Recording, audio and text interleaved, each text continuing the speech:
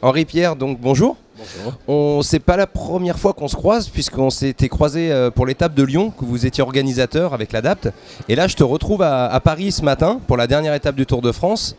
Qu'est-ce que tu es venu chercher sur cette dernière étape du Tour de France ? Déjà, c'est continuer le travail que nous avons entrepris avec Travailler Autrement, l'association à laquelle tu contribues.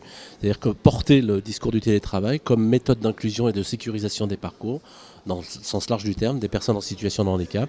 Et nous souhaitons avec vous rencontrer qui des partenaires politiques, qui des partenaires économiques pour promouvoir cette posture du télétravail, des tiers-lieux et du coworking. Il y a déjà des initiatives avec l'ADAPT ou dans les réseaux dans lesquels tu travailles sur le territoire justement du Val-de-Marne ?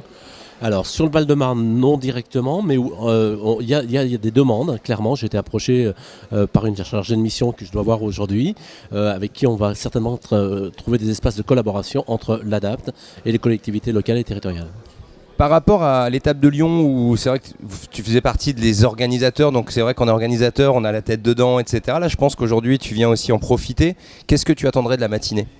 Où il y aura encore des conférences justement sur le télétravail. Qu'est-ce que tu attends vraiment de cette étape de la matinée ? Moi j'ai un objectif extrêmement clair, c'est qu'on situe la personne en situation de handicap comme une citoyenne comme les autres, et qu'en tout état de cause, on soit dans une logique d'inclusion, et pas que dans le discours, dans les actes.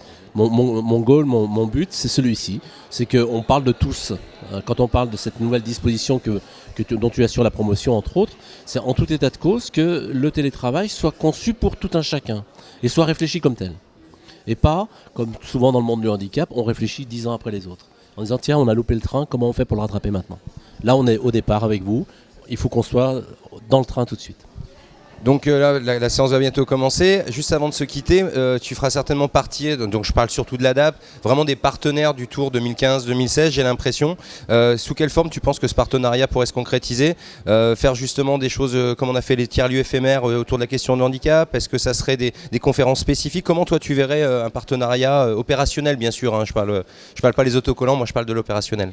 Alors sur l'opérationnalité, il y a une nécessité de toute manière à continuer de promouvoir le télétravail comme une modalité de la sécurisation des parcours de vie. Ça, pour nous, c'est important au titre de l'ADAPT, clairement.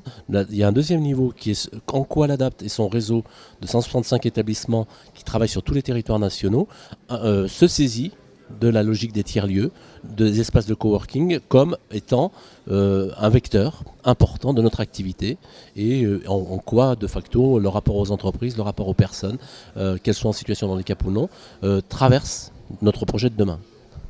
J'ai déjà eu beaucoup de plaisir de faire ces étapes avec toi, donc à l'année prochaine. Okay. Le plaisir est partagé. Allez, bonne séance, à bientôt. Merci. Merci.